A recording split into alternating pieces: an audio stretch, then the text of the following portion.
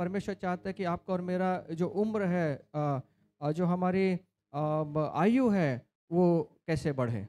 आणि आज आम्ही त्याच्यावरच मनन करणार आहोत, विचार करणार आहोत की आमचं जे आयुष्य आहे ते कसं वाढेल। हमारा जो आयुष्य है हमारे व्यायाम करने से या हमें जिम जाने से नहीं होता। आणि आमचं आयुष्याची वाढ जिम मध्ये जाण्याने किंवा व्यायाम करण्याने होत नाही, ये हमारे खान पान बदलने से नहीं होता। किंवा आमचं जे खाणं पिणं आहे ते बदलल्याने आयुष्याची वाढ होत नाही। इसका मतलब ये नहीं कि ये साल में आप व्यायाम ना करें, खाना पीना में अलग प्रकार से खाना खाएं। आणि याचा अर्थ असा नाही की तुमच्या जेवणामध्ये तुम्ही बदल करू नये किंवा तुम्ही व्यायाम करू नये असा अर्थ नाही। उस शरीर को अच्छा रखने के लिए व्यायाम की सख्त जरूरत है आणि शरीर चांगल्या प्रकारे ठेवण्यासाठी व्यायामाची गरज आहे। और खान पीने में हमारा बदल भी बहुत आवश्यकता है। आणि आमच्या जेवणामध्ये आमच्या खाण्यापिण्यामध्ये बदलाची पण आवश्यकता आहे, ये भी बहुत जरूरी है गरजेचं आहे। क्योंकि परमेश्वर ने ये शरीर हमें दिया है, ये शरीर पवित्र आत्मा का मंदिर, इसका संभालने की जवाबदारी खुदा ने हमें दिया है। आणि आमचं शरीर पवित्र आत्म्याचं मंदिर आहे, याला सांभाळण्याची जबाबदारी परमेश्वराने आमच्यावर दिलेली आहे। लेकिन उससे भी बाइबल में दीर्घ आयुष्य के बारे में क्या लिखा है उसको जानना भी बहुत जरूरी है। पण दीर्घायुष्याबद्दल काय सांगितलेलं आहे हे जाणून घेणं फार गरजेचं आहे। आयु हमारा कैसे बढ़ता है, हमारी लंबी उम्र कैसे होती है, आमचं आयुष्य कसं वाढतं, दीर्घायुष्य कसं मिळतं हे पाहणं गरजेचं आहे। व्यवस्था वेतन 34 अध्याय 7 वचन कहता है, अनुवाद याचा 34 अध्याय 34:7 सांगतं कि मूसा अपनी मृत्यु के समय 120 वर्ष का था।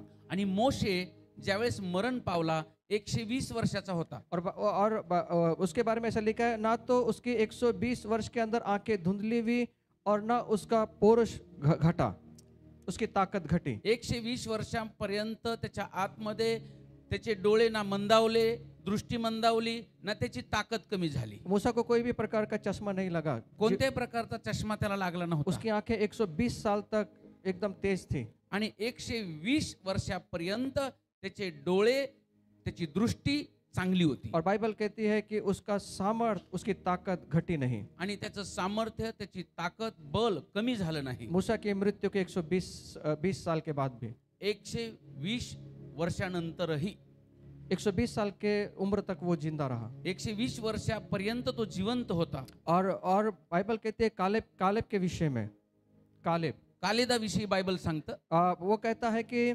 मैं जब 45 वर्ष का था और जंगल में जब घूमता था, मेरी ताकत जो है, जो अभी मैं 85 साल का हूँ, 85 ईयर का हूँ, 85 साल का हूँ, लेकिन मेरी ताकत जो आज भी है वो एक 45 वर्ष का जो जवान है उसके जैसी है। आणि मी 85 वर्षाचा असून सुद्धा मी तर जंगलामध्ये फिरत असतो, त्यावेळेस सुद्धा माझं वय असं जाणवत आहे की 45 वर्षाचा मी तरुण आहे। अब्राहम के बारे में भी ऐसा लिखा है, अब्राहम बद्दल सुद्धा असंच लिहिलंय, वो 175 साल का हुआ, 175 वर्षाचा झाला। और उसके बारे में बाइबल में लिखा है कि वो दीर्घायुष्य होने के कारण और पूरे बुढ़ापे की अवस्था में उसका प्राण छूट गया, आणि दीर्घ आयुष्य त्याला प्राप्त झाला आणि पुऱ्या वयाचा होऊन तो गेला, और वो अपने लोगों में जा मिला। आणि त्याच्या लोकांमध्ये तो गेला। बाइबल दीर्घ आयुष्य के बारे में कहती है, बाइबल दीर्घ आयुष्याबद्दल सांगतं। अब्राहम 175 साल का हुआ, अब्राहम 175 वर्षाचा और झाला, पूरी अवस्था में वो इस दुनिया को छोड़कर गया। आणि पूर्ण वय झाल्यानंतर त्याने हे जग सोडलं। आयुब भी अपने बारे में लिखता है, आणि योब सुद्धा स्वतःबद्दल लिहितो, 140 वर्ष वो जीवित रहा, 140 वर्ष तो जिवंत राहिला, और उसने अपने जीवन में 4 पीढ़ी उसने देखा, त्याच्या जीवनामध्ये त्याने 4 पिढ्या पाहिल्या, और पूरा वृद्ध अवस्था के अंदर वो इस दुनिया को छोड़कर गया। पूर्ण म्हातारा झाल्याच्या नंतर त्याने हे जग सोडलं। और बाइबल हमारे बारे में भी इसी प्रकार कहती है, आणि बायबल आमच्या बद्दल सुद्धा याच प्रकारे सांगते। हम पीढ़ियों पे पीढ़ियों हम देखते जाएं, आणि पिढ्यान आम्ही पाहत राहू, ये प्रभु की इच्छा है। प्रभूची इच्छा ही आहे। 4 पीढ़ी देखना मतलब बहुत बड़ी उम्र उसको लगती है, आणि 4 पिढ्या पाहणं म्हणजे फार मोठं वय आहे।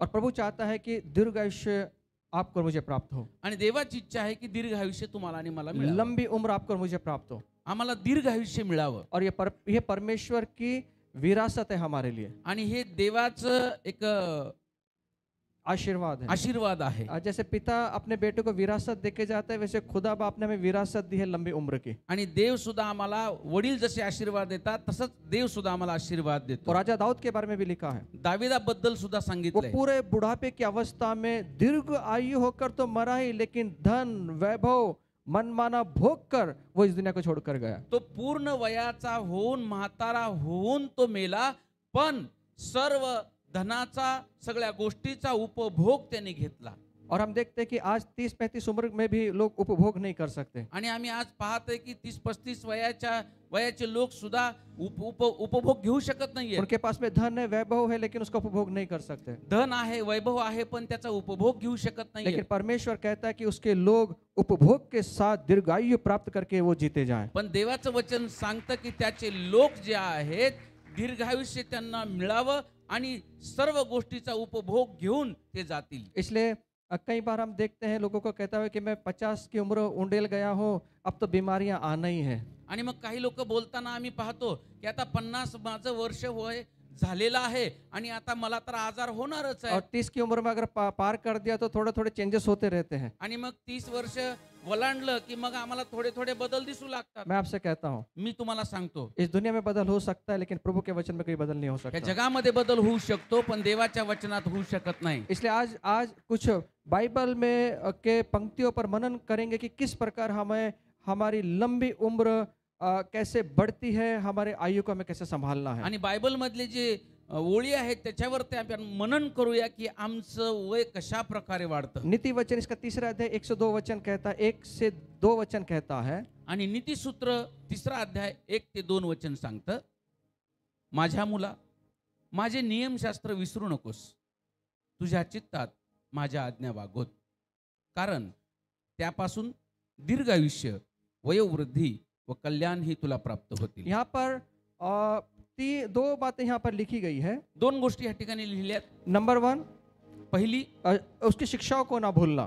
त्याचं नियमशास्त्र विसरू नको. बाइबल कहती है उसके नियम शास्त्र को ना भूलना। बायबल सांगतं की त्याचं नियमशास्त्र विसरू नको. और दूसरी बात, अपने हृदय में उसकी आज्ञा को रखे रहना। दुसरी गोष्ट, देवाच्या आज्ञा हृदयामध्ये ठेव. अगर ऐसा करेगा तो तेरी आयु बढ़ेगी, तू दीर्घायु होगा। आणि असं जर करशील तर त्यापासून तुला दीर्घायुष्य मिळेल, वयोवृद्धी होईल. मेरी व्यवस्था को मत भूलना, ऐसा परमेश्वर कहता है। आणि जी माझी व्यवस्था म्हणजे नियमशास्त्र आहे ते विसरू नको असं देव म्हणतो. यहाँ पर सुलेमान जो राजा है अपने बेटे को वो सलाह दे रहा है। आणि शलमोन राजा आपल्या मुलाला तो सल्ला देत आहे. वो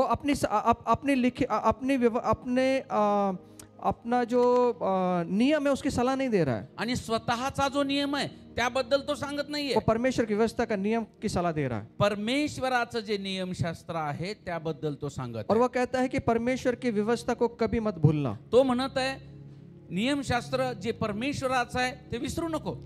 और हमें भी वही करना है। आम्हाला सुद्धा तेच करायचं आहे. सिर्फ ज्ञान सुनना काफी नहीं है, वचन सुनना काफी नहीं है, फक्त ज्ञान ऐकणं किंवा वचन ऐकणं पुरेसं नाही. इसको याद रखना चाहिए आम्ही लक्षात ठेवा और उसको याद करके अपने जीवन में बदलाव करते हुए हमें आगे बढ़ना है। आणि ते आमच्या आठवणीत ठेवून आम्ही आमच्या जीवनात बदल करत पुढे जावं. शिक्षा का मूल्य तब होता है आणि जे शिक्षण आहे त्याचं मूल्य त्याच वेळेस होतं जब उसको याद रखा जाए और व्यवहार में लाया जाए। आणि आठवणीत ठेवून आमच्या वागणुकीतून ते आम्ही दाखवावं. शिक्षाएं क्यों ली जाती हैं? शिक्षण का घेतलं आगे जातं? बढ़ने के लिए। पुढे जाण्यासाठी.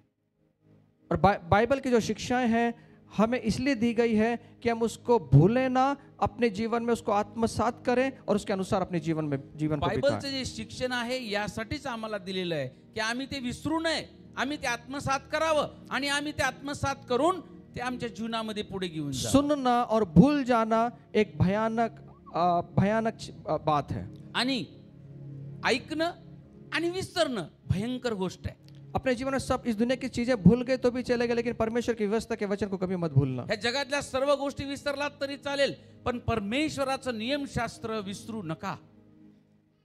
और सुनना और उसको अमल में लेके आना ये हमारी सबकी व्यक्तिगत जवाबदारी है। आणि ऐकणं आणि आम्ही आत्मसात करणं आमची वैयक्तिक जबाबदारी आहे. आपको जो सिखाया जाता है आम्हाला जे शिकवलं जातं उसे याद रखना चाहिए, त्याला लक्षात उसे ठेवावं, भूलना नहीं चाहिए। त्याला विसरू नये. सब मिलकर बोलेंगे व्यवस्था को नहीं भूलना है, परमेश्वर के नियम शास्त्र को नहीं भूलना है। नियमशास्त्र को नहीं भूलना. आपके पड़ोसी को हाथ में हाथ डालकर कह सकते हैं नियम शास्त्र को भूलना मत, क्योंकि पौलुस ने इसके विषय में गंभीर चेतावनी दी है। आणि पौलाने याविषयी गंभीर चेतावणी दिलेली आहे. और वो इब्रानियों की किताब पत्री इसका 2 अध्याय 1 से 4 वचन के अंदर आणि इब्री करसपत्र याचा दुसरा अध्याय 4 वचनामध्ये, उस मन को बहकने मत दो, यहाँ पर लिखा गया है। आणि तुमचं मन जे आहे बहकू देऊ नका असं लिहिलंय. और उस भूलने की गंभीरता यहाँ पर पौलुस ने बताई है। आणि या ठिकाणी विसरण्याचं जे गांभीर्य आहे ते लिहिलंय. मनुष्य वही बातों को याद कर रखता है जो उसके लिए महत्वपूर्ण होती है। त्याच गोष्टी मनुष्य लक्षात ठेवतो ज्या त्याच्यासाठी महत्वाच्या आहेत, और जो महत्व की बात नहीं है वो भूल जाता है। आणि ज्या महत्वाच्या नाही ते विसरून जातो. लेकिन मैं आपसे कहना चाहता हूँ, आज सुबह में 2025 के पहले रविवार को आणि आज ह्या सकाळी 2025च्या पहिल्या रविवारी सबको अगर भूल गए तो चलेगा, सर्व विसरलात तरी चालेल, लेकिन इस बाइबल के वचनों को, नियम शास्त्रों को कभी मत भूलना। पण बायबलचं वचन नियमशास्त्र कधीच विसरू नका. यीशु कहता है इसके अंदर जीवन है। येशू म्हणतो याच्यामध्ये जीवन आहे, ये हमें दीर्घायुष्य देने का सामर्थ्य रखता है, याच्यामध्ये आम्हाला दीर्घायुष्याचं सामर्थ्य आहे. और यही परमेश्वर का वचन है जो हमारी आयु को लंबी करता है। आणि परमेश्वराचं वचनच आहे जे आमचं आयुष्य वाढवतं. कोरिन्थी की जो चर्च है वो पुनरुत्थान के विषय में भूल गए जो पौलुस ने उनको सिखाया था। आणि पौलाने करंथीकराच्या लोकांना शिकवलं होतं पुनरुत्थानाविषयी, पण ते विसरले. और इसलिए पौलुस को बोलना पड़ा कि पहले कोरिन्थी 15 अध्याय दूसरे वचन के अंदर कि जो तुमने सुना है उसको स्मरण रखो, नहीं तो तुम्हारा विश्वास करना व्यर्थ हो जाएगा। आणि 1 करंथी 15:2 मध्ये पौलाने सांगितलं, जे तुम्ही ऐकलं आहे ते तुम्ही लक्षात ठेवा, उसको भूलना मत, विसरू नका, नहीं तो आपका विश्वास व्यर्थ हो जाएगा। नाहीतर तुमचा विश्वास व्यर्थ ठरेल. हम जो सुनते हैं आम्ही जे ऐकतो उसको भूलना नहीं है। ते आम्हाला विसरायचं नाहीये. विशेषकर परमेश्वर के वचन को भूलना नहीं है। विशेष करून देवाच्या वचनाला विसरायचं नाहीये. और हम इसको ना भूलें, इसके लिए हमें क्या करना पड़ेगा? आणि आम्ही हे विसरू नये म्हणून आम्ही काय करायचंय? अगले संडे चर्च में बॉर्नविटा दिया जाएगा, बूस्ट। नहीं समझ में आया?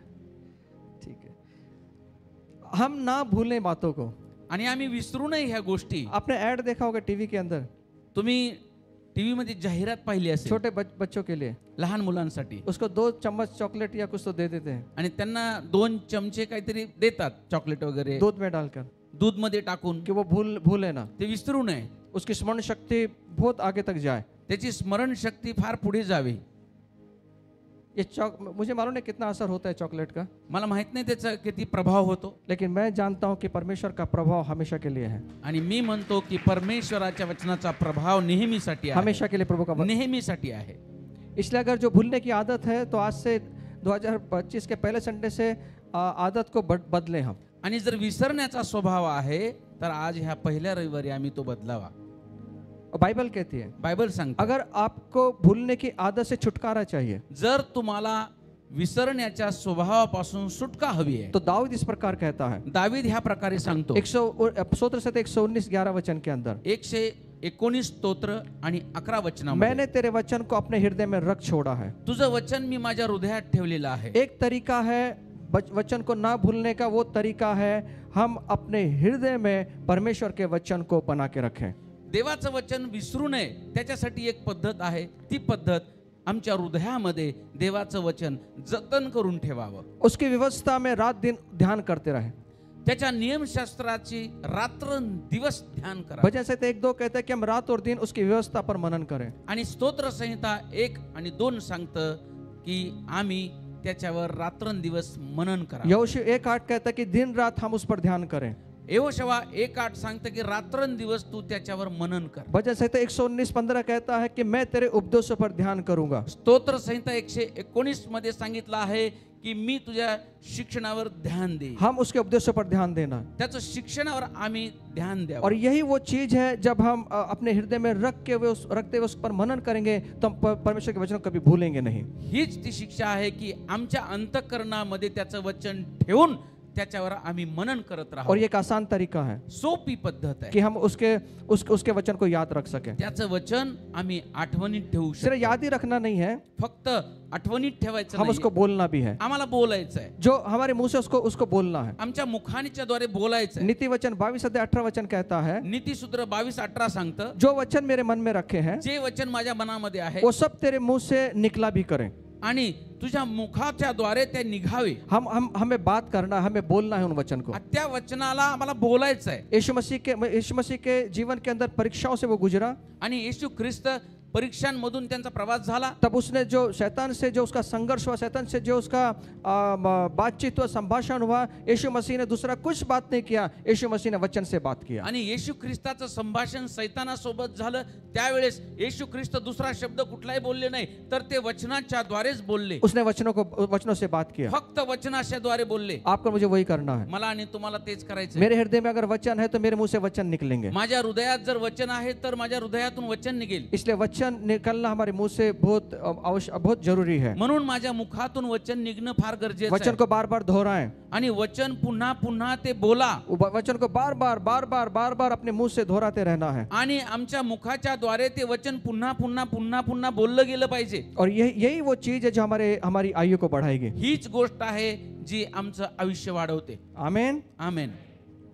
वचन ही है जो हमारी उम्र को लंबी करती है. वचनच आहे जे आमचं आयुष्य वाढवतं.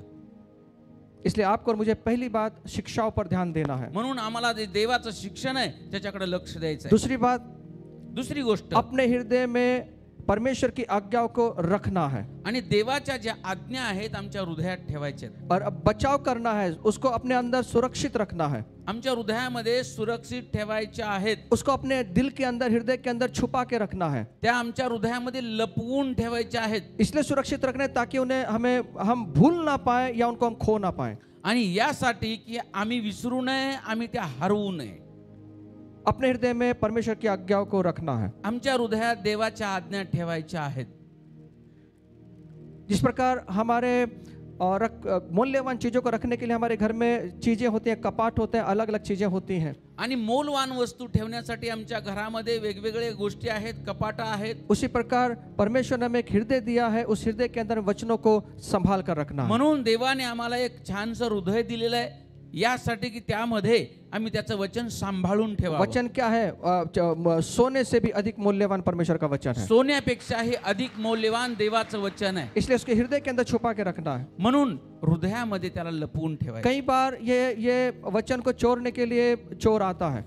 कितीतरी वेळा हे वचन चोरण्यासाठी चोर येतो. चोर मूल्यवान चीजों को चुरा के लेके जाता है. आणि चोर जो आहे मौल्यवान गोष्टीची चोरी करतो. इसलिए बाइबल कहती है कि वो मूल्यवान चीजों को चुराता है. म्हणून बायबल सांगतं की तो मौल्यवान गोष्टीची चोरी करतो. जैसे ही वचन हमारे अंदर आता है, एक पक्षी आता है जो हमारे वचन को चुरा कर लेकर चले जाता है. जसं आमच्या अंतःकरणामध्ये वचन येतं तसं लगेच एक पक्षी येतो आणि ते वचन घेऊन जातो. क्योंकि उसको मालूम है अगर ये वचन इनके अंदर गहराई में चला गया तो निश्चित तौर से ये 100% ये 100 गुना फल लाने वाले होंगे. आणि त्याला ठाऊक आहे हे वचन जर आतमध्ये खोलात जर हृदयात गेलं तर 100% हा आशीर्वादित होईल और 100 गुना फल लेकर आएगा. आणि 100% फळ देईल. परमेश्वर की आज्ञाओं में वो सामर्थ्य जो हमको फल लाने का सामर्थ्य रखता है. आणि देवाच्या आज्ञामध्ये ही ताकद आहे, हे सामर्थ्य आहे की ते आम्हाला 100 पटीने प्रतिफळ देईल. इसलिए वो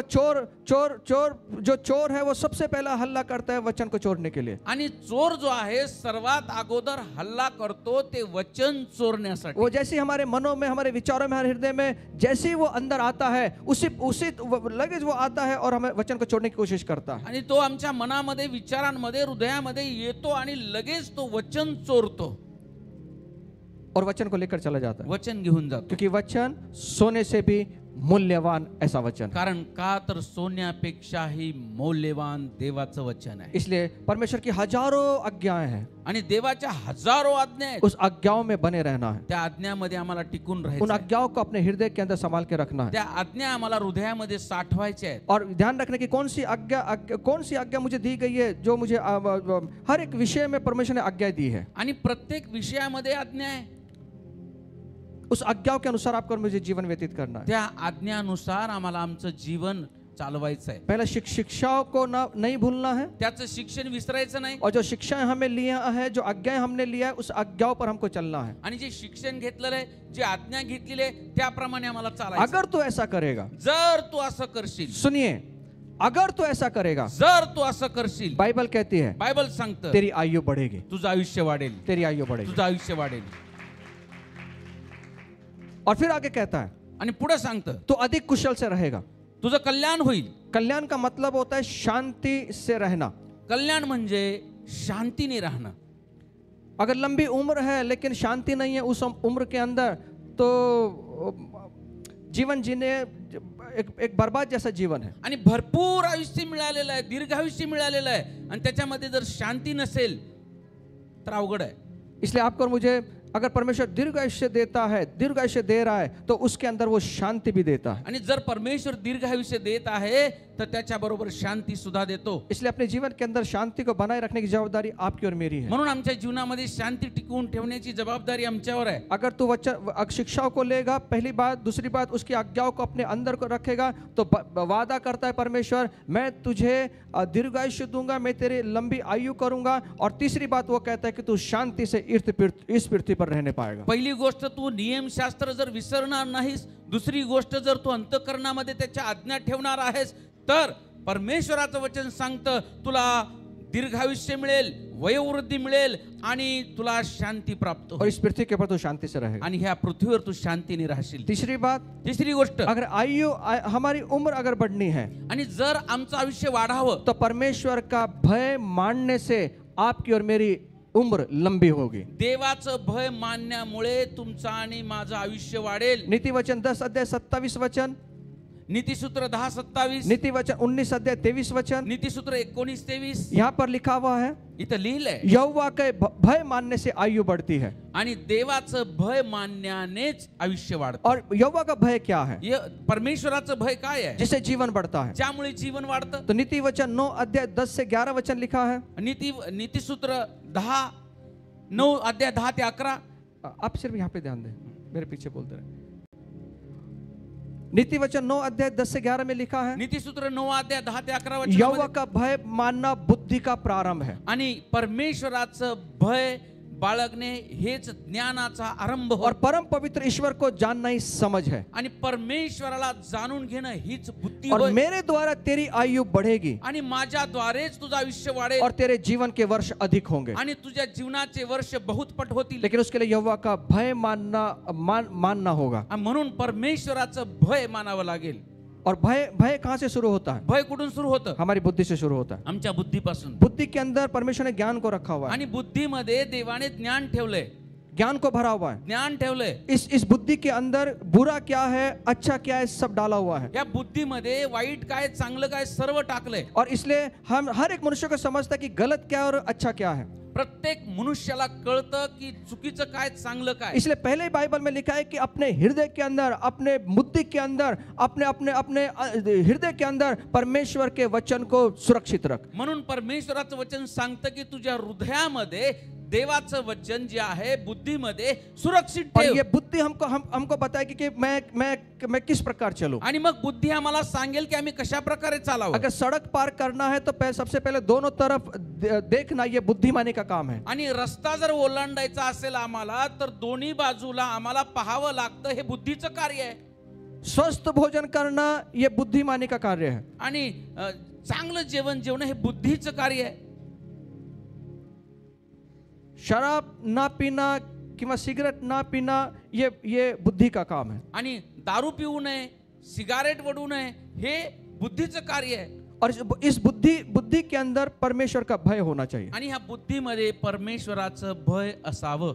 जो भी हम काम करते हैं अपने सामने परमेश्वर को हमेशा रखना है. जे काही आम्ही काम करू त्यावेळेस आम्हाला आमच्या समोर परमेश्वराचं भय. आपके बिजनेस में, आपके नौकरी के अंदर या जिससे आप मिल रहे हैं उससे अपने जीवन के अंदर हमेशा परमेश्वर का भय को अपने जीवन में समा के रखना. आमच्या व्यवसायामध्ये, आमच्या नोकरीमध्ये किंवा आम्ही कुणाला भेटत आहे त्यामध्ये नेहमी परमेश्वराचं भय ठेवावं. सिर्फ चर्च में आने के बाद परमेश्वर का भय नहीं. फक्त मंडळीत आल्यानंतर देवाचं भय नकोय. सोमवार से लेकर रविवार तक परमेश्वर के भय में चलना है. सोमवार पासून रविवार पर्यंत देवाच्या भयात चालायचंय. और परमेश्वर के भय में जब चलोगे तो बाइबल कहते हैं वो हमें ही नहीं हमारी पीढ़ियों को भी सुरक्षित रखेगा. आणि परमेश्वराच्या भयात जर आम्ही चालणार तर फक्त आम्हालाच नाही तर आमच्या पिढ्या सुद्धा सुरक्षित राहतील. परमेश्वर का वचन हमें लंबी आयु देने का वादा करता है. देवाचं वचन आम्हाला दीर्घ आयुष्य देण्याचं अभिवचन देतं. इसलिए बुराई से दूर रहना यही समझ होती है. म्हणून वाईटापासून दूर राहणं हीच बुद्धी आहे, यही समझ है, हीच समज आहे, यही समझ है, हीच बुद्धी आहे, यही वो ज्ञान है। हेच ज्ञान आहे. इसलिए इय्योब 28:28 में ये लिखता है म्हणून इयोब 28:28 मध्ये लिहितो कि मैं प्रभु का भय मानना यही बुद्धि है आणि देवाचं भय मानणं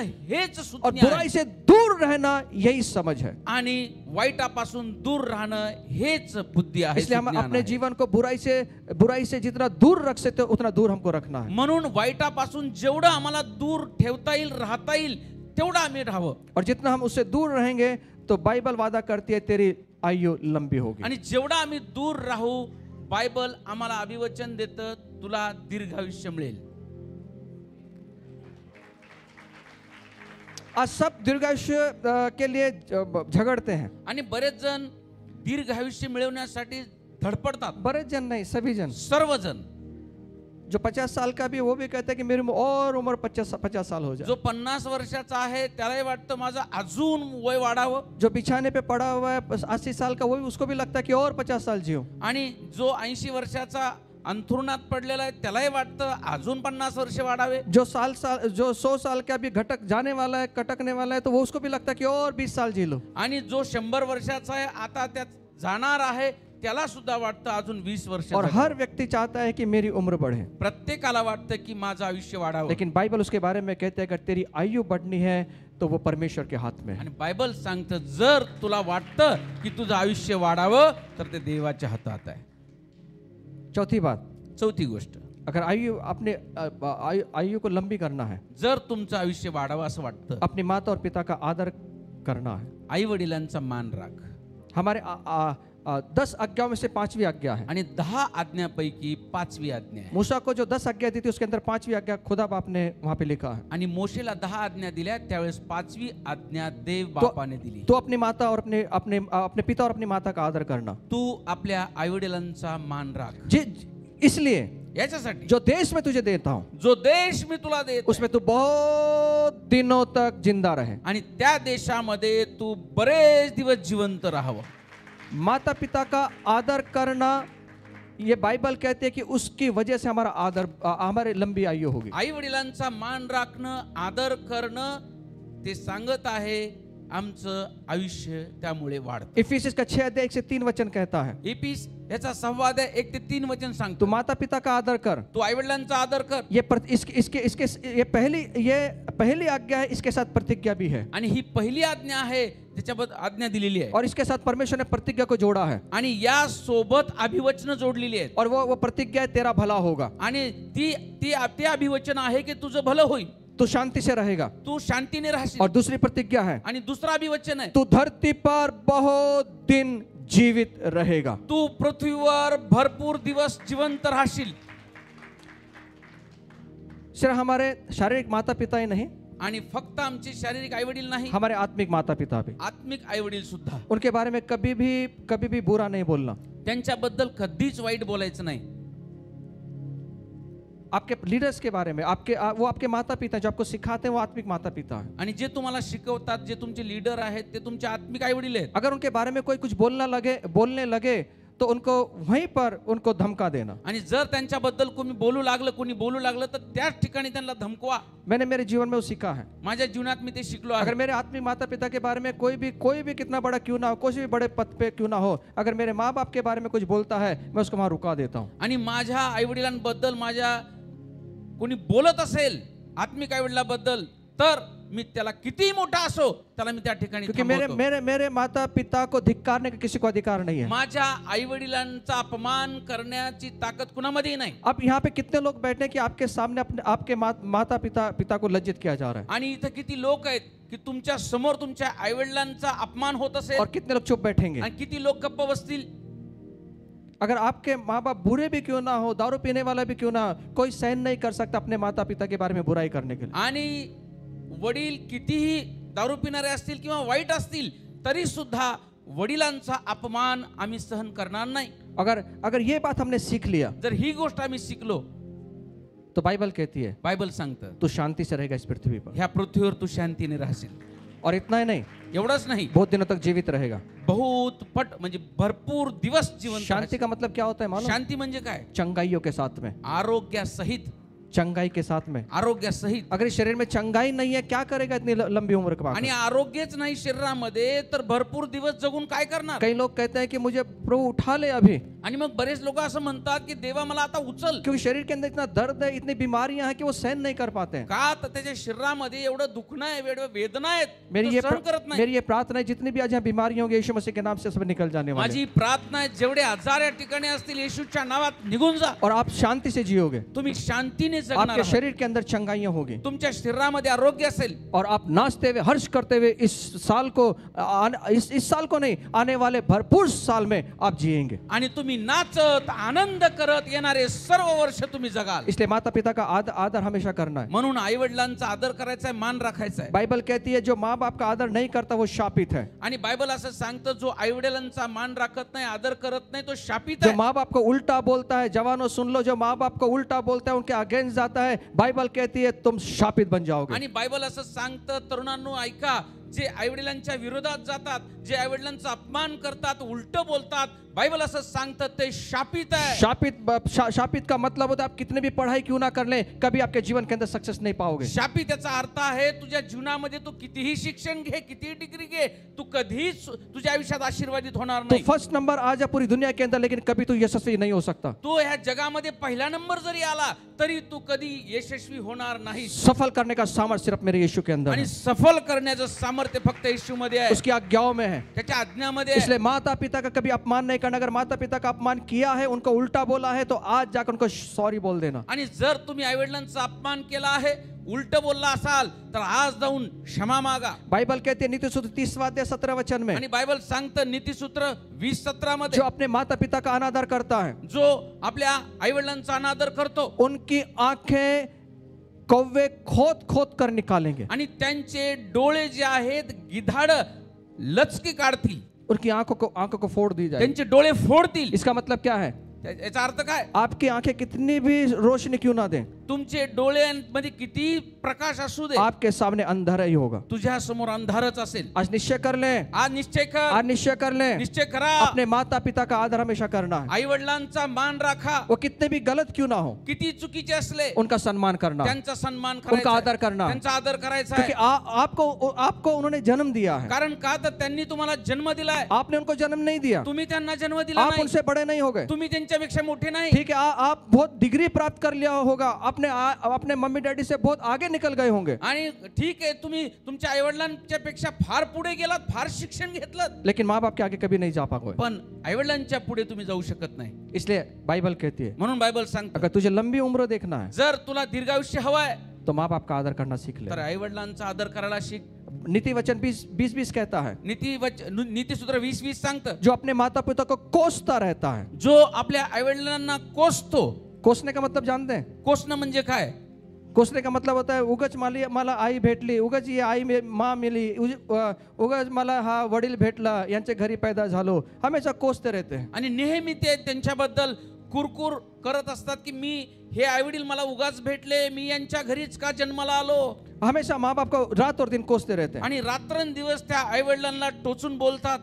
देखिए आज सब्जी ऐसी बनाई, मेरी माँ को अक्कल नहीं है, आणि आज अशा प्रकारची भाजी बनवली, माझ्या आईला अजिबात अक्कल नाही. मेरे पिताजी ने मुझे आज चेतावनी दी है, मेरे पिता को भी बहुत अक्कल नहीं है। आणि माझ्या वडिलांनी आज मला चेतावणी दिली, त्यांना सुद्धा काही अक्कल नाही. आज कई बच्चे अपने माँ बाप की अक्कल निकालते हैं। आणि आज कितीतरी लेकरं आपल्या आई वडिलांची अक्कल काढतात. बाइबल कहती है बायबल सांगतं अगर कोई अपने माता पिता को कोसता है जर कोणी आपल्या आई वडिलांना बोलतो या बुरा कहता है, वाईट बोलतो, वो मार डाला जाए, त्याला मारलं जाईल, वो मार डाला जाए, त्याला मारलं जाईल, उनका जीवन खत्म कर दिया त्याचं जाए। जीवन संपवलं जाईल. बाइबल कहती है बायबल सांगतं मतलब वो बढ़ नहीं सकता, उसको लंबी उम्र नहीं मिल सकती। म्हणजे त्याला दीर्घायुष्य मिळणार नाही. दीर्घायु के लिए अपने माँ बाप का आदर करना सीखना है। दीर्घायुष्यासाठी आपल्या आई वडिलांचा सन्मान करायला शिकायचं आहे. कभी कोसना नहीं है, कधीच त्यांना बोलायचं नाही. आपके सासू ससुर को भी कोसना नहीं है, वो भी आपके माता पिता हैं। आणि तुमच्या सासू सासऱ्यांना सुद्धा बोलायचं नाहीये, ते तुमचे आई वडील आहेत. मेरी सासू वैसी है, मेरी सासू वैसी है, ये मेरी सासू को समझता नहीं है, उसको अक्कल नहीं है, अक्कल निकाल देते सासू, वो भी आपके माँ की तरह। आपका नहीं पड़ता तोंड गप ठेवा। आणि माझी सासू जशी आहे, सासरा जसा आहे, असं आहे तसं, ते सुद्धा तुमच्या आई वडिलांसारखे आहेत. जर तुम्हाला पटत नाहीये तर तोंड बंद ठेवा.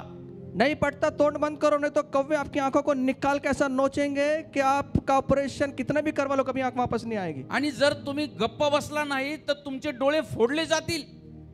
कभी कोसना नहीं अपने सासू ससुर को। सासू सासऱ्यांना सुद्धा कधी बोलायचं नाही. हम पिछला सब बातें कोसने का मतलब क्या है, बुरा कहने का मतलब है पिछली सब बातें निकाल देते हैं। वाईट बोलणं म्हणजे काय, त्यांना बोलणं म्हणजे काय, तर मागच्या जुन्या पुराण्या गोष्टी काढतो. अपने सासू ससुर का अगर बोला है तो मैं आपसे विनंती करता हूं कि आप जरूर क्षमा मांगना, इसलिए मांगना कि परमेश्वर कहता है तुझे कोई भी बीमारियां कभी नहीं घेर पाएगी। आणि जर तुम्ही बोलला असाल तर सासू सासऱ्यांना जाऊन क्षमा मागा, याच्यासाठी की देवाचं वचन सांगतं तुला दीर्घायुष्य आणि तुला कोणताही आजार होणार नाही. तो शांति से जिएगा इस पृथ्वी तू पर। ह्या पृथ्वीवर शांतीने जगशील. क्यों बीमारियां हमारे जीवन में, क्यों हमें शांति से नहीं जीने देती? का आजार आहेत आमच्या जीवनात, का आम्हाला शांतीने जगू देत ये नाही? कुछ कारण है जो बाइबल में लिखा हुआ है, हे काही कारण आहे जे बायबल मध्ये लिहिले. और बाइबल सत्य है, सत्य है और सत्य है। आणि बायबल सत्य आहे, सत्य आहे, सत्य आहे. ये पहला और आखिरी सत्य है। आणि पहिला आणि शेवटचं सत्य आहे. इस दूसरा सत्य इस दुनिया में नहीं होगा, आणि दुसरं सत्य हे जगात नाही. और ये बाइबल की शिक्षाएं हैं। आणि हे बायबलचं शिक्षण आहे. सासू ससुर को भी नाम नहीं रखना, आणि सासू सासऱ्यांना सुद्धा नावं ठेवायची क्योंकि नाही. उन्होंने उनके जीवन में गलतियां की हैं, अब वो गलतियां दोहराओ मत। आणि ठीक आहे त्यांच्या जीवनामध्ये काही चुका झाल्या असतील पण पुन्हा त्या बोलू नका. हम बहुत स्मार्ट हैं, आज नवीन युग की पीढ़ी है, हम उनसे आगे निकल चुके हैं, लेकिन वो बेचारे पुराने ख्यालात के हैं, उनका नाम मत रखना। आणि ठीक आहे आम्ही आता नवीन पिढीचे आहोत, आम्ही फार पुढे गेले आहोत, ते जुन्या स्वभावाचे आहेत, त्यांना आम्ही नावं ठेवू नये. अभी मोबाइल के जमाने में है, हम 5G, हम पार्ले जी वाले थे, अब 5G वाले हैं। आणि आम्ही पार्लेजी वाली होतो, आता 5G वाले झालो. हमारे जो सासू ससुर थे, हमारे जो माँ बाप पार्ले जी वाले थे, आणि आमचे आई वडील, आमचे सासू सासरे पार्लेजी वाले और होते. ये पीढ़ी 5G वाली है, आणि ही पिढी 5G वाली आहे, बहुत आगे निकल गई है। वो फार पुढे गेली आहे. इसका मतलब ये नहीं कि आप कुछ भी बोले उनको। याचा अर्थ असा नाही की त्यांना तुम्ही काही बोलावं. पार्ले जी से 5G आ गया, आणि पार्लेजी पासून आता 5G आले. लेकिन मेरे परमेश्वर का वचन सालों से वैसे का वैसा ही है, पण कभी माझ्या बदलेगा देवाचं वचन वर्षानुवर्ष तसंच आहे, वो कभी बदलेगा नहीं। ते कधीच बदलणार नाही. अरे प्रभु का धन्यवाद दो यार, आज खुदा बाप ने हमें कितने अच्छे से रखा हुआ है। आणि देवाला धन्यवाद द्या की देव बापाने आम्हाला आज किती चांगल्या पद्धतीने ठेवलेलं आहे. क्या अभी भी वो बातें निकालोगे 1857 की? काय अजूनही ते 1857च्या गोष्टी काढणार?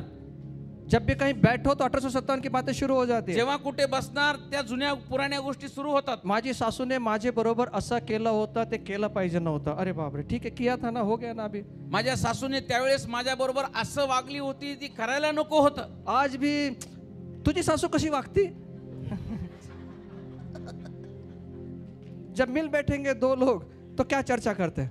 आणि ज्यावेळेस दोन लोक एकत्र येतात त्यावेळेस काय चर्चा असते? तेरी सासू ने भी वैसे किया था कि तेरे साथ में?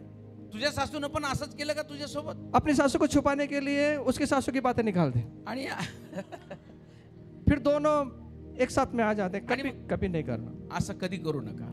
प्रभु से प्रार्थना करना, देवाकडे प्रार्थना करा. मेरी सासू सासरे मेरे माता पिता को प्रभु आशीष दे, माझ्या सासू सासऱ्यांना, माझ्या आई वडिलांना देव आशीर्वाद दे, क्योंकि वो हमारे लिए उनकी एक प्रार्थना, एक शब्द हमारे लिए बड़ा काम कर जाएगा। आणि त्यांची एक प्रार्थना, त्यांचा एक शब्द आमच्यासाठी फार मोठं कार्य आप करेल. बाइबल के अंदर देखो, अब्राहम को देखो, इसहाक को देखो, याकूब को देखो, जितने भी लोग हैं, दाऊद को देखो, सुलेमान को देखो, जितने भी लोग हैं, उन्होंने कोई धन संपत्ति नहीं मांगा अपने माता पिता से। उन्होंने कहा सिर्फ मेरे सर पे हाथ रखकर प्रार्थना कर दो सर। आणि दावीद असेल, अब्राहम, इसाक, याकोब, दावीद, जेवढे पण लोक आहेत त्यांनी आपल्या आई वडिलांकडे धनसंपत्ती मागितली नाही, तर फक्त एकच मागितलं, तुमचा हात माझ्या डोक्यावर ठेवा आणि आम्हाला आशीर्वाद द्या. क्योंकि वो जानते थे आशीर्वाद की क्या वैल्यू है। कारण त्यांना माहित होतं आशीर्वादाची किंमत काय आहे. इनके शब्दों से जीवन निकलेगा। त्यांच्या शब्दामधून जीवन निघेल. इसलिए याकूब ने एसाव का आशीर्वाद चोरा, पैसे नहीं चोरे, धन संपत्ति नहीं चोरी, 7-12 में नाम नहीं लिखवाया। आणि याकोबाने जे आहे यसावाचा याच्यासाठीच आशीर्वाद चोरला, ज्येष्ठ पुत्र का आशीर्वाद चोर लिया। आणि ज्येष्ठ पुत्राचा आशीर्वाद घेतला. वो चाहता तो अपने पिता से खरीदी खत के अंदर साइन मरवा सकता था, क्योंकि याकूब की आंखें जो धुंधली पड़ गई थी, पापा साइन करो ना। आणि जर त्याला वाटलं असतं तर त्याच्या प्रॉपर्टीचे त्यांनी सह्या घेतल्या असत्या, उसने वो नहीं लिया। त्यांनी तसं केलं नाही. उसको मालूम है ये प्रॉपर्टी यहीं पे रह जाएगी, लेकिन जो मेरे पिता मेरे को आशीर्वाद देगा वो हमेशा की पीढ़ियों तक बना त्याला रहेगा। माहित होतं ही संपत्ती इथंच राहणार आहे, माझा पिता जो आशीर्वाद मला देणार आहे तो राहणार आहे. इसलिए सासू सासे का हाथ अपने सर पर रखकर बोलना, मेरे को 2 शब्द का आशीष दे देना। क्यों मालूम है? क्योंकि तेरी पीढ़ियां उस आशीष से जीवित रहेंगे। आमेन. समझ में नहीं आया। समजतं का नाही? मेरे को गंभीर से मारने के, मैं जब उतरूंगा तो ऐसा देख रहे कि जब मारेंगे हम लोग। सती ज्यादा आप जवाबदार हो गए। बाइबल में लिखा हुआ है। बायबलमध्ये लिहिलंय। पांचवी बात, पाचवी गोष्ट, अपनी जीभ को बुराई से रोकर रख। आणि आपली जीभ वाईटापासून थांबव.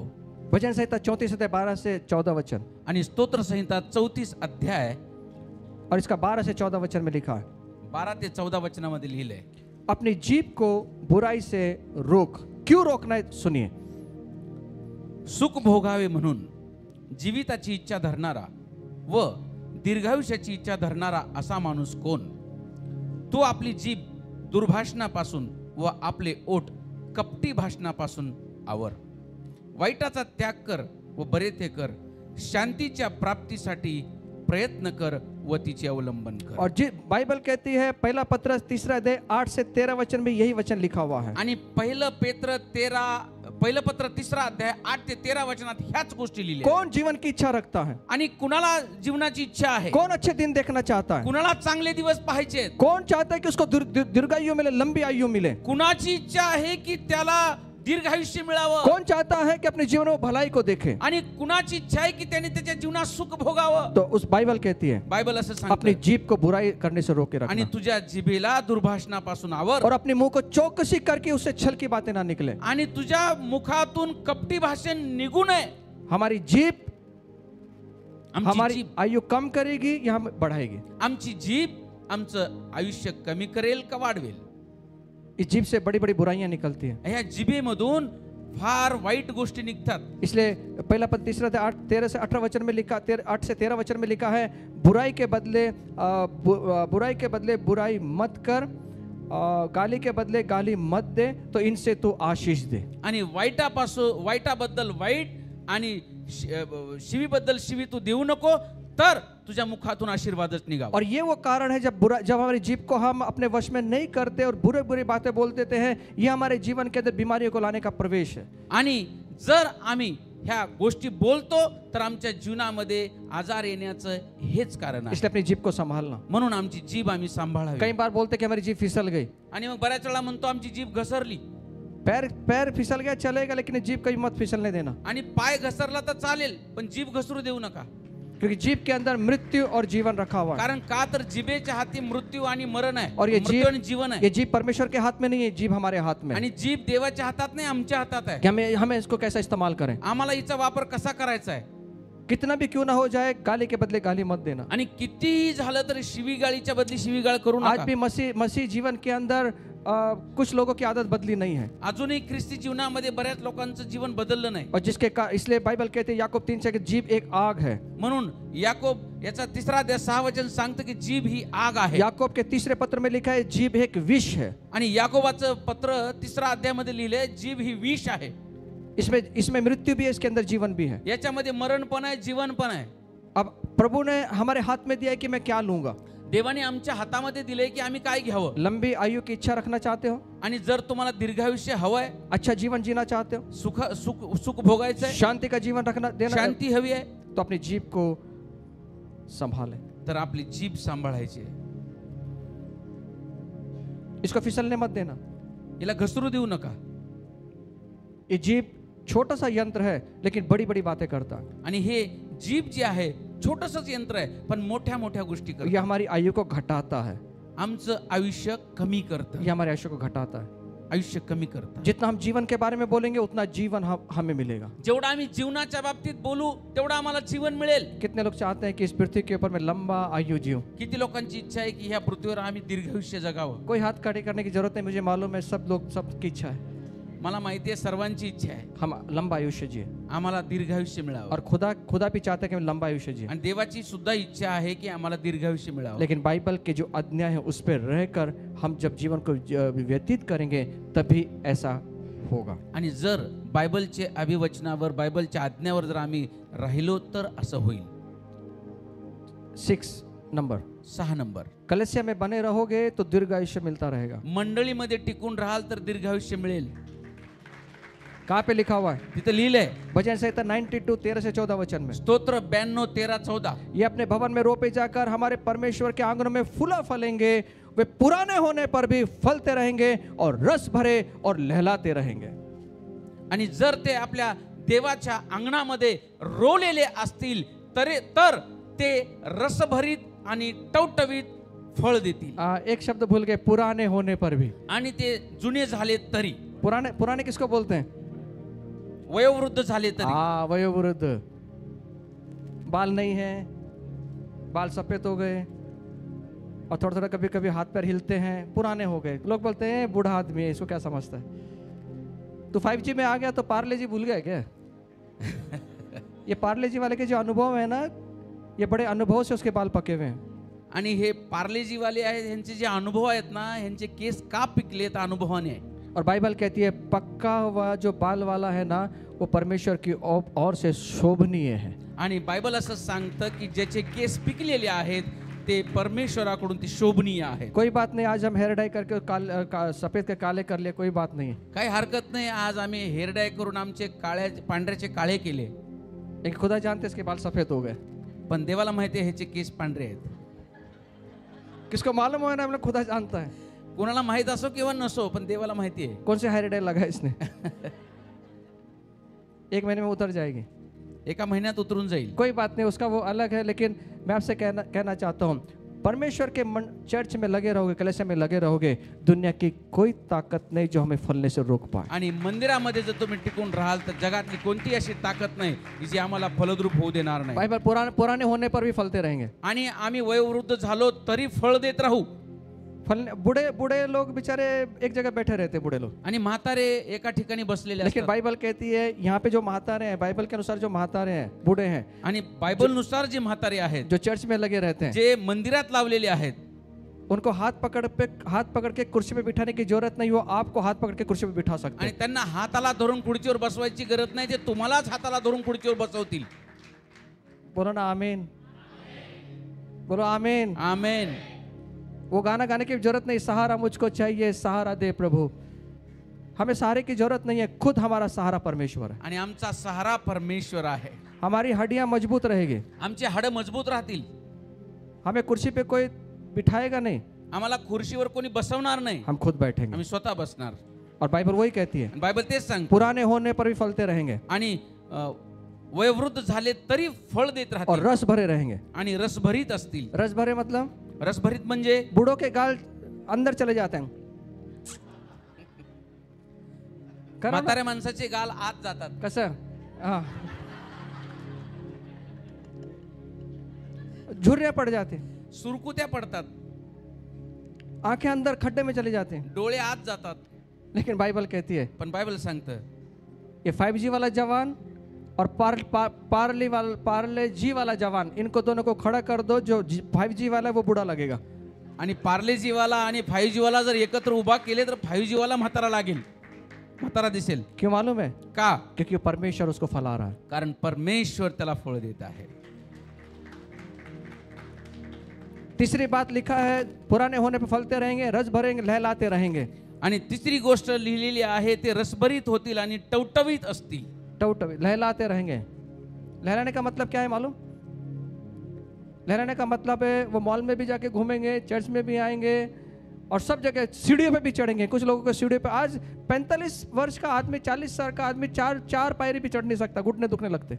आणि आज 45 वर्षाचा माणूस सुद्धा 4 पायऱ्या चढून जिना चढू शकत नाही, त्याचे गुडघे दुखतात। यहाँ से ऊपर जाएगा तो आणि इथून वर जाईल तर त्याचा श्वास, लेकिन बाइबल कहती है पण बायबल सांगतं वो लहलाता रहेगा, पण तो हलत डुलत राहील। वो चलेगा, फिरेगा, दौड़ेगा, तो चालेल, फिरेल, धावेल, उसको कुछ नहीं होगा, त्याला काहीच होणार नाही, क्योंकि उसके ऊपर परमेश्वर का हाथ है, कारण देवाचा हात त्याच्यावर आहे। खुदा का सामर्थ्य है, देवाचं सामर्थ्य खुदा आहे, की ताकत है, देवाची ताकद आहे। वो रस भरित रहेगा तो रसभरीत असेल और लहलाता रहेगा। आणि तो हलत डुलत राहील। बाजू वाले को धक्का मार के बोला परमेश्वर लहलाएगा। लहलाते रहो। मराठी मध्ये काय शब्द है? मराठी में लहलाने को क्या बोलते हैं? चलना नहीं करना। अब आपने अच्छा पेड़ देखा कि नहीं? पेड़ हलत राहील, नहीं देखा? अच्छा, उसके टहने कैसे करते? हलतात, हाँ, त्याला काय म्हणतो आम्ही? मराठी शब्द काय? हलने डुलने हलने डुलने का बागडणे? थैंक यू डोलत सिस्टर. राहतील. डोलत. वाह वाह वाह. आज के जवानों को मैंने देखा, आजच्या तरुणांना मी पाहिलं, वर्शिप खत्म हुई नहीं. वर्ष संपलं नाही, वर्षिप आराधना संपली नाही, वर्ष सुरू झाला दादा. आराधना संपली नाही.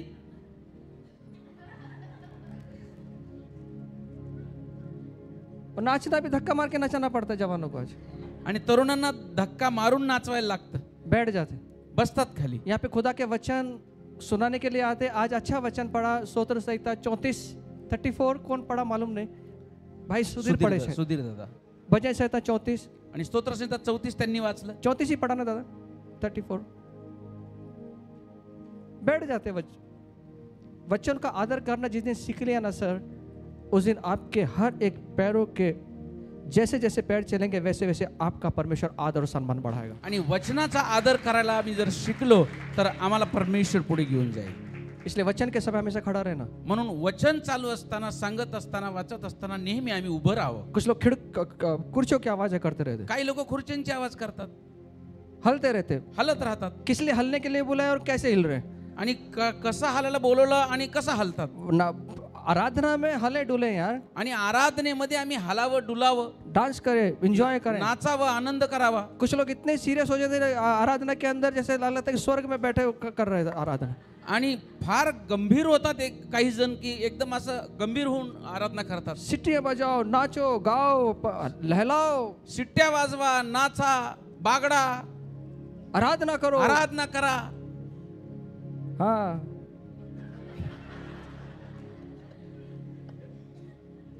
परमेश्वर हमारे हड्डियों को मजबूत करता है. आणि परमेश्वर आमची हाडं मजबूत करतो. और ये कहां पर होती है. कुठे होतं. कलीसिया में, मंडळीमध्ये, चर्च में. मंडळीमध्ये. चर्च में उस परमेश्वर ने अपने सामर्थ्य को रखा हुआ. आणि चर्च मध्ये देवाने त्याचं सामर्थ्य इसलिए ठेवलं. संडे कभी मिस नहीं करना. म्हणून रविवार कधी तुम्ही मिस करू नका. घर में बैठोगे, काम करते रहोगे तो ये जो टवटवीतपना है निकल जाएगा सर. आणि घरी बसाल, काम करत राहाल तर टवटवीतपणा जाईल. और टवटवीत लाने का हॉस्पिटल जो बीमार है वो हॉस्पिटल में जाते हैं. आणि जे आजारी आहेत ते दवाखान्यात जातात इंजेक्शन मार के टवटवीत हो जाते हैं. आणि इंजेक्शन मारून टवटवीत होतात. कुछ तो बोलते कि मैंने एक सलाइन लिया, टवटवीत झालो. काही काही जण म्हणतात मला मी सलाईन घेतला आणि टवटवीत झालो.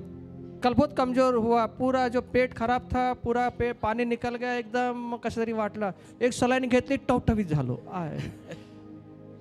और संडे चर्च भी परमेश्वर हमें टवटवीत करता है. आणि रविवारचं चर्च सुद्धा परमेश्वर आम्हाला टवटवीत करतो. पड़ोसी को धक्का मार के बोलना, चर्च में आना टवटवीत होने के लिए.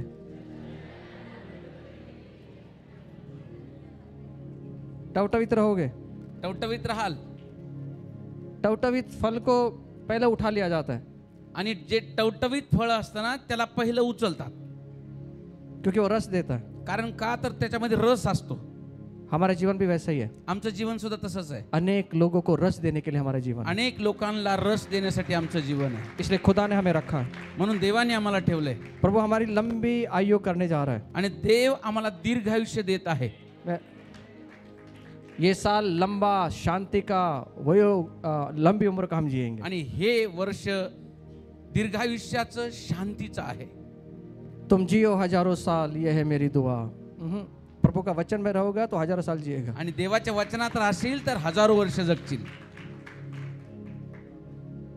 खुदा की आज्ञा में रहेगा, हजारों साल जिएगा. देवाच्या आज्ञामध्ये राहशील तर हजारो वर्ष और जगशील. मेरी ये प्रार्थना, ये साल कोई भी गोली नहीं खाएगा. आणि माझी ही प्रार्थना, या वर्षात कोणीच गोळी खाणार नाही. आमेन.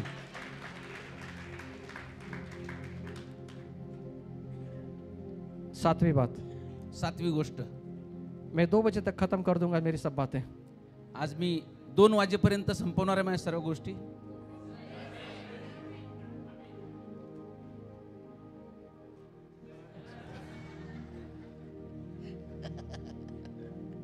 नीति वचन 28 अध्याय 16 वचन कहता है, आणि नीतिसूत्र 28:16 सांगतं, जो लालच का बैरी होता है वे दुर्गाई होता है. नीति वचन 28:16. आप चिंता ना करें, मुझे मालूम है प्रार्थना कर रहे हैं. ये लास्ट का पॉइंट करके खत्म करता हूं. जो लोभीपणाचा तिटकारा करतो तो आ. दीर्घायुष्य होतो. जो लोभीपणाचा तिटकारा. तिटकारा करतो, जो लालच का बैरी होता है, वो दीर्घायु होता है.